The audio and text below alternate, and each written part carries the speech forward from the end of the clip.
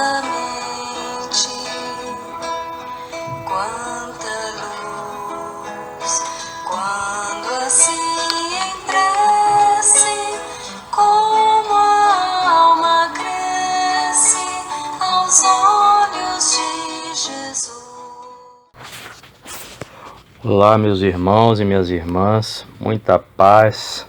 Marco Kisteman, do Instituto de Difusão Espírita, para dialogarmos mais uma vez sobre um tema importante neste mês que comemoramos simbolicamente o aniversário do nosso exemplo moral, do nosso Mestre Nazareno, Jesus Cristo. O tema de hoje será: amarás a teu próximo. Para abordarmos esse tema, precisamos fazer algumas questões iniciais que todos deveriam estar meditando, não só nesse período de regeneração planetária que estamos vivendo no momento, com a partida de irmãos e irmãs queridas e com a chegada de novos espíritos ao nosso planeta. Esse é o planejamento espiritual sendo seguido, uma vez que nós espíritas estudamos o Pentateuco Espírita, que todo ele é importante, e sabemos que o acaso não existe, não há até certo ponto de planejamento do mundo espiritual, a não ser que o espírito rompa esse planejamento. Todo o planejamento para cada espírito, ele é feito de forma criteriosa, então não há desencarnações ao acaso, mesmo num ano de grandes desafios como o ano de 2020. Então, há algumas questões iniciais que devemos fazer sempre. A primeira: eu conheço qual o maior mandamento da lei de Deus? Eu reflito sobre esse mandamento, eu pratico, eu tenho ciência de qual é o maior mandamento da lei de Deus e o segundo maior mandamento. Nós sabemos que Moisés, numa sessão mediúnica, recebe os 10 mandamentos, as 10 diretrizes morais, e dentre aqueles 10 tem um que é desmembrado num segundo, que é o grande mandamento que tem que nos guiar à existência, amarás a Deus e ao próximo como a ti mesmo. Então a primeira parte seria o primeiro mandamento, muito importante, o maior mandamento: amarás a Deus, nosso Pai, e em decorrência disso, amarás ao teu próximo como a si mesmo. Como é que eu demonstro o meu amor a Deus? Em momentos de facilidade, onde tudo na vida está dando certo, onde a saúde está plena, onde o sol está brilhando, eu tenho que demonstrar o meu amor a Deus. E como eu faço isso? Em tempos chuvosos, em tempos desafiadores, como vivemos atualmente, como eu demonstro o meu amor a Deus? Como eu tenho amado os meus irmãos, aqueles irmãos ainda difíceis, reticentes, que não mudam de opinião mesmo diante de fatos comprovados, de fatos óbvios, ou aqueles irmãos que já são mais maleáveis, que eu tenho mais facilidade, de aproximação e convivência. Em suma, como eu amo efetivamente aqueles que estão próximos de mim, meus irmãos, minhas irmãs. Eu pratico em que medida o maior mandamento da lei de Deus, que é amar o meu Pai, ou há restrições? Há momentos que eu consigo amar e há momentos que eu não amo o meu Pai. O que ainda me impede de praticar esse mandamento que se desmembra na segunda parte? O que ainda me impede de amar a Deus? O que ainda me impede de amar meu próximo sem restrição? E o que ainda me impede de me auto-amar?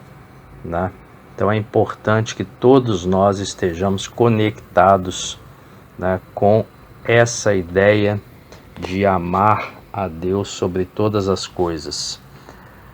E aí, que providências eu estou tomando para praticar esse mandamento a partir, né, desse finalzinho de ano de 2020 e para o próximo ano de 2021. O que eu vou mudar na minha vida diante de todos os aprendizados, né, que nós tivemos, que eu tive, que você teve em 2020, né? Um ano com muitos desafios, muitos aprendizados, para alguns uma surpresa, um ano surpresa, ninguém poderia imaginar o que estava acontecendo, o que é uma inverdade, né? Porque tudo é planejado, tudo tem a lei de causa e efeito. Então a única surpresa é para os espíritos que são imprevidentes, né? Todos os anos da nossa encarnação na Terra são importantes e todos vão trazer muitos desafios no âmbito moral, no âmbito social, no âmbito político, né? Então nós temos que estar o tempo todo vigiando e orando para não sermos surpreendidos e dizermos: ninguém sabia que ia acontecer o que está acontecendo, né? Nós tomamos as decisões e as consequências acontecem. Dessa forma é preciso trazer diante desse maior mandamento um contexto histórico, né? Alguns personagens que viveram a época de Jesus, né? E que tem muito a nos ensinar. Os primeiros são narrados no Evangelho de Mateus, os fariseus, né? Os fariseus, tendo sabido que ele tapara a boca aos saduceus, reuniram-se, e um deles, que era doutor da lei, para o tentar, propôs-lhe esta questão: Mestre, qual o maior mandamento da lei? Né? Então, um dos fariseus, para provocar Jesus, para saber a sua reação, pergunta-lhe, né, qual o maior mandamento da lei? E Jesus, de forma sóbria, responde: amarás o Senhor teu Deus de todo o teu coração, de toda a tua alma e de todo o teu espírito. Este é o maior e o primeiro mandamento. E aqui tendes o segundo, né, semelhante a esse, diz Jesus: amarás o teu próximo como a ti mesmo. Toda a lei e os profetas se acham contidos nesses dois mandamentos. Então Jesus, de uma forma muito sóbria, sintetiza toda a nossa condição de existência e equilíbrio enquanto espíritos imortais e eternos que somos, né? A maior lei, a maior diretriz que devemos seguir em nossa existência é amar a Deus e amar o nosso próximo, nos amando também, né? O alto amor. Já um outro grupo, né, de personagens, né, são os grupos de judeus religiosos denominados fariseus, né, que se guiavam rigidamente pelas escrituras do Velho Testamento e se guiavam também pelas tradições orais, né? Era um grupo de judeus que seguia tudo ao pé da letra, todos os ensinamentos que estavam no Evangelho, né, no Velho Testamento e nas tradições orais, né, que são passadas ao longo dos tempos de forma oral.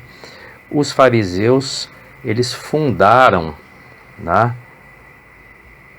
as sinagogas que deram origem às igrejas atuais, né? Esse grupo de judeus religiosos que questionaram Jesus sobre o maior mandamento são compostos por entes que fundaram as sinagogas que deram origem às igrejas atuais como nós conhecemos. Eles acreditavam na ressurreição e na vinda de um Salvador, né, de Israel. Jesus os repreendeu, e é citado em Mateus no capítulo 23, por hipocrisia. Por quê? Porque os fariseus viviam, né, muito na aparência. Eles viviam de aparência, falavam uma coisa e faziam outra. Muitos caíram no chamado legalismo, ou seja, obedecer às regras estava acima de cultivar um coração sincero e caridoso. Então a lei era colocada acima, a lei vigente ou as leis vigentes eram colocadas acima da lei do amor, da caridade. E Jesus também os repreende algumas vezes pelo desprezo e pela falta de compaixão pelos que não conseguiam seguir o seu alto padrão de vida, ou seja, os fariseus discriminavam aqueles que não estavam no seu mesmo nível social, no seu mesmo nível material.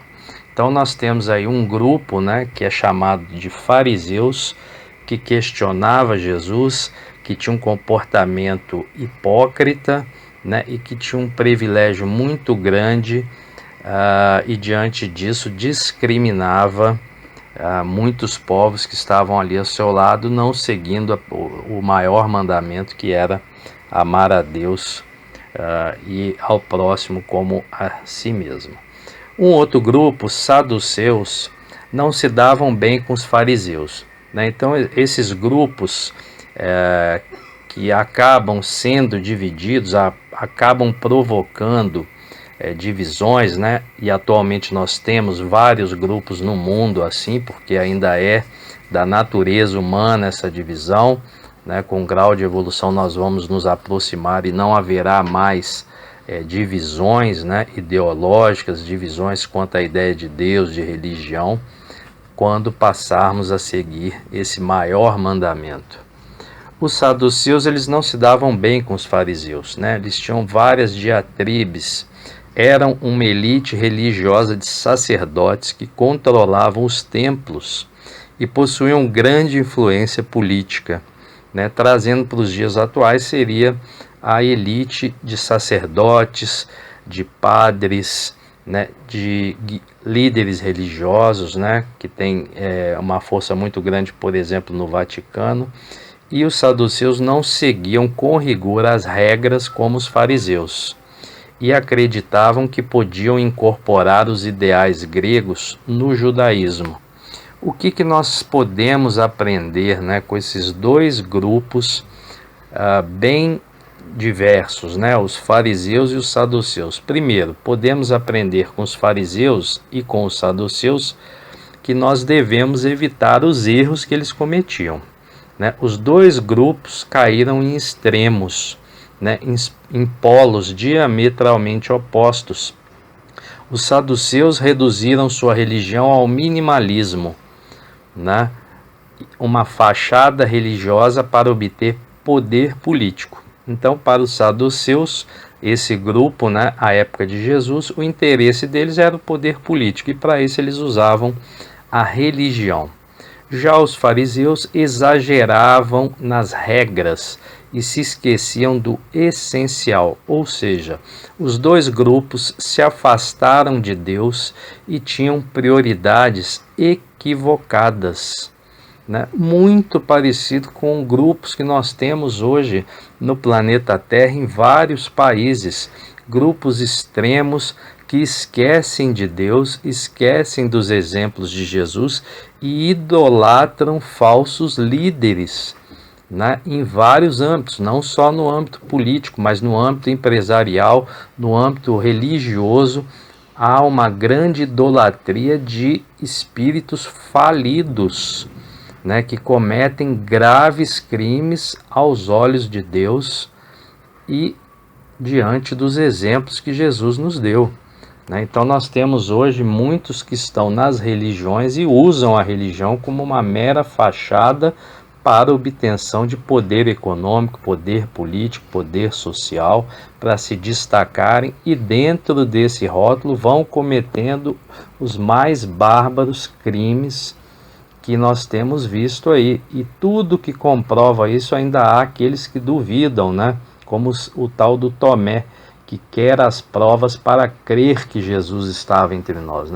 Muitos dizem que se Jesus estivesse hoje encarnado, muitos duvidariam, e esses muitos fazem parte de muitas religiões que fazem sermões, que fazem cultos, que fazem estudos e usam o nome de Deus e de Jesus para obtenção de poder político, social, econômico e religioso. Esses dois grupos também não tinham a humildade para aceitar que podiam estar errados. Quando Jesus os repreendeu, em vez de se arrependerem, os dois grupos se uniram para quê? para crucificar o corpo do Nazareno. Está narrado lá em Mateus capítulo 21. Então, esses dois povos, né, que tinham um grande contingente à época de Jesus, eles nos ensinam que os extremos são extremamente perigosos, porque quando nos tornamos extremistas, escolhemos espíritos caídos como Barrabás em detrimento de espíritos de luz como Jesus. Como temos o nosso livre-arbítrio, quando usamos mal, temos momentaneamente a impressão da catástrofe, da tragédia, né, da omissão de tomar a decisão correta, baseada nos exemplos que Jesus nos deu. Mesmo assim, houve uma falha, né, muito grande de não entender a proposta do maior mandamento, que era amar a Deus, amar o próximo e amar a si mesmo. E Jesus exemplificou, né, na carne, numa grande missão entre nós, o que era praticar esse maior ensinamento que se desdobra num segundo maior ensinamento. Nesse sentido, para a gente contextualizar, é muito importante a gente se recordar, né, de um ensinamento de Jesus, a parábola do samaritano, né, uma grande história narrada por Jesus, né, para nos exemplificar o maior mandamento. Por quê? Porque nessa parábola Jesus consegue reunir, né, em Lucas, no capítulo 10 a 25, é narrado a parábola do samaritano e Jesus coloca ali 3 entes, né, que estão em movimento e um ente que está parado porque foi assaltado, né, porque foi espancado, ele está inerte, né, adormecido, ofegante, sofrendo, e esse que está ali deitado sofrendo representa a humanidade, né, a humanidade que ainda é agredida, né, por forças do mal, por espíritos desequilibrados. E aí o que Jesus narra?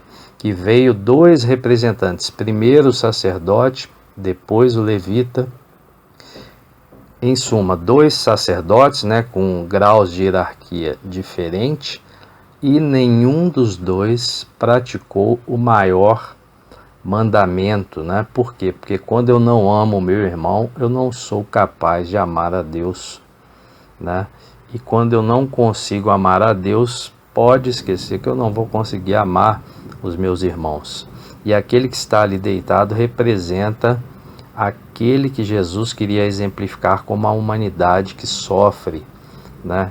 Que passa frio, que passa fome, que é violentada pelo mal, por espíritos ainda desequilibrados. E os 2 primeiros personagens que teriam, entre aspas, né, um compromisso de abordar aquele que está caído, né, de amar o seu próximo, eles se omitem e passam e vão embora, né? E aquele terceiro personagem que está em movimento, o samaritano, é justamente aquele que não vacila, é justamente aquele que Jesus nos diz que nós deveríamos ser, né? O samaritano. Independente se aquele que está caído é de uma tribo diferente da minha, se ele tem opiniões diferentes da minha, eu devo parar, devo consultá-lo, devo socorrê-lo e devo levá-lo para um local onde poderá ser tratado. É isso que diz o mandamento, né? Amar a Deus e amar o próximo. Então, se eu não paro para socorrer aquele que está precisando de ajuda, eu estou me omitindo, eu estou vivendo de aparência. Não adianta ficar lendo livro religioso se nós apoiamos pessoas que vão contra as leis, se nós apoiamos espíritos que vão contra os ensinamentos de Deus, se nós apoiamos espíritos que vão contra as descobertas científicas. Isso é uma hipocrisia, né? E muitos ainda estão incorrendo em erro e vão ter que responder por suas omissões. Não socorrer o bom samaritano é a mesma coisa hoje, gente, de não andar com máscara no local público, de não usar álcool gel, de não se proteger, de evitar aglomeração. Quando nós vamos contra quaisquer leis que são para o nosso bem, nós estamos sendo hipócritas, nós estamos passando adiante do que está caído e não estamos nos portando como o bom samaritano. Nós podemos até nos esconder nos nossos erros, mas quando estivermos no mundo espiritual, tudo será revelado, né? E nós não podemos passar vergonha de novo. Por isso nós devemos seguir o maior mandamento, amar a Deus nosso Pai e amar o nosso próximo. E nos amarmos, isso quer dizer atualmente nos protegermos, proteger o nosso próximo, respeitarmos as leis, respeitarmos o que diz a ciência, o que dizem os organismos mundiais de saúde, né? Porque esses são representantes na Terra do bom senso, do bem, da prática do amor.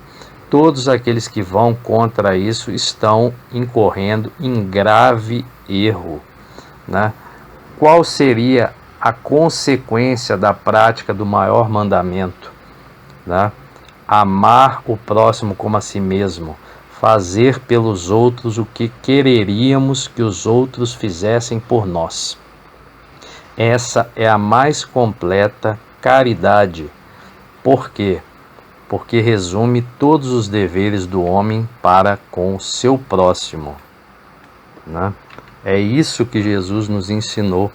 Jesus, que esteve entre nós, né, encarnado há 2000 e poucos anos, e continua entre nós, o arquiteto do planeta, aquele que dirige o planeta Terra, né, a nossa bússola moral, né, onde nós não podemos, não há espírito, né, onde nós possamos encontrar guia mais seguro do que Jesus, né? É a nossa bússola moral, a tal ponto que tomar Jesus como padrão moral é o que está codificado no Pentateuco kardeciano, né? Devemos fazer aos outros aquilo que nós desejamos que façam conosco. Então, se eu quero felicidade, eu devo proporcionar ao meu próximo felicidade. Se eu quero tranquilidade, eu devo proporcionar ao meu próximo tranquilidade. Se eu quero amor, plenitude, eu devo proporcionar isso ao meu próximo. Com que direito exigiríamos dos nossos semelhantes melhor proceder, mais indulgência, mais benevolência e devotamento para conosco do que os que temos para com eles? Então nós devemos saber que a maior consequência da prática do maior mandamento faz bem a nós próprios primeiros.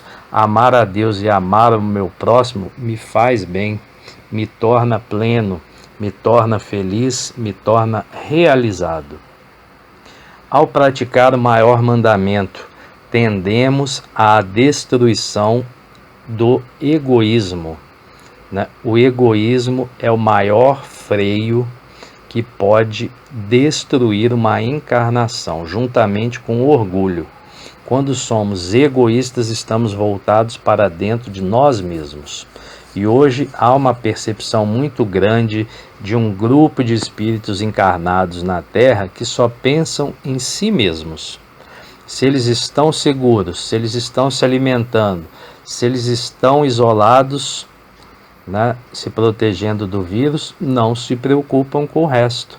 E nós temos aí muitos irmãos, né, fazendo grandes sacrifícios nos hospitais, nas maternidades, nos transportes públicos, no recolhimento dos resíduos urbanos, nos supermercados, nos consultórios em geral, trabalhando, né, se protegendo, mas trabalhando para dar conforto a toda a população que ainda pode, né, fazer com certo rigor um isolamento social. E para esses irmãos nós precisamos orar muito, porque eles estão com certeza, praticando o maior mandamento, estão sendo caridosos, né? Estão se doando para o próximo, né?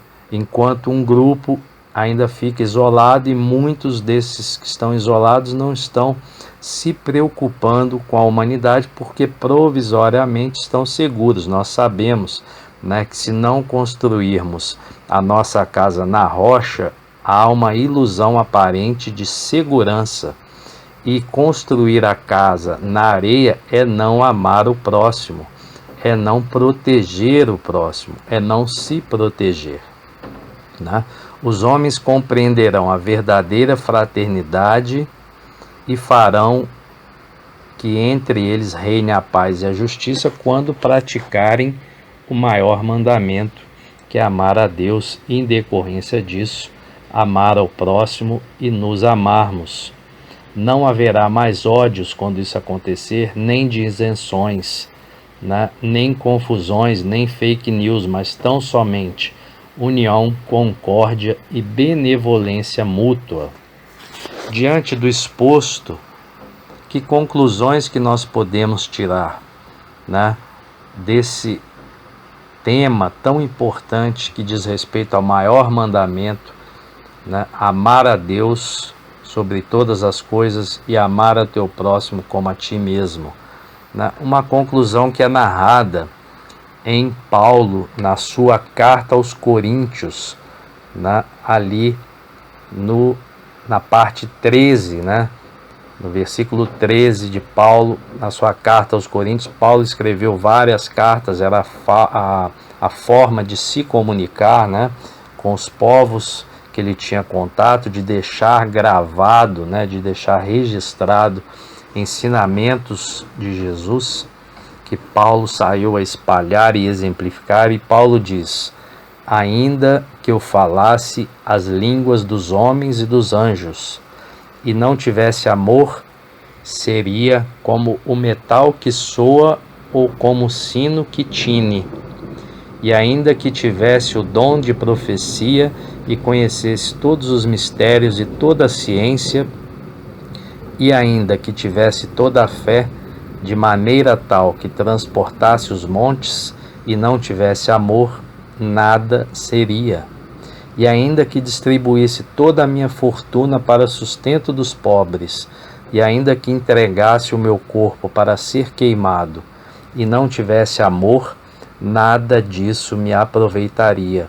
O amor é sofredor, é benigno, o amor não é invejoso, o amor não trata com leviandade, não se ensoberbece, não se porta com indecência, não busca os seus interesses, não se irrita, não suspeita mal, não folga com a injustiça, mas folga com a verdade. Tudo sofre, tudo crê, tudo espera, tudo suporta. O amor nunca falha, mas havendo profecias serão aniquiladas, havendo línguas cessarão, havendo ciência desaparecerá, porque em parte conhecemos e em parte profetizamos. Mas quando vier o que é perfeito, então o que o é em parte será aniquilado. Quando eu era menino, falava como menino, sentia como menino, discorria como menino, mas logo que cheguei a ser homem, acabei com as coisas de menino.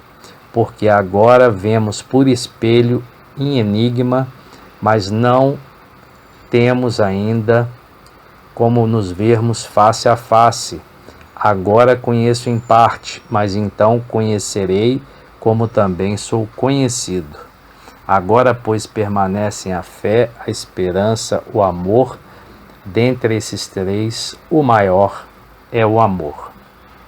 Esse é um grande ensinamento de Paulo, que nos dá uma revelação da importância do amor em nossas vidas. O amor ágape que Jesus nos exemplificou e continua cada dia nos dando motivação para seguirmos o maior mandamento: amar a Deus, amar o nosso próximo e nos amarmos.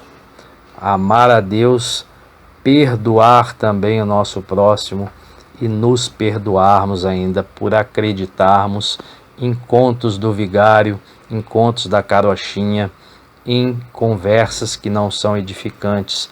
Precisamos, nesse final de ano de 2020 e no próximo ano em 2021, aperfeiçoarmos a nossa prática do maior mandamento de Deus. Fica aí o convite para todos os irmãos que querem começar o ano com uma reforma íntima prática, com novos olhares, com novas ideias, com novas esperanças, com muito amor. Desejo a todos um ótimo Natal com Jesus, muita paz, muita luz, que continuemos seguindo o Mestre Nazareno e que ele continue nos inspirando a fazer o bem. Um abraço fraternal do Marco Kistemann e dos irmãos do Instituto de Difusão Espírita. Muita paz, muita luz para todos.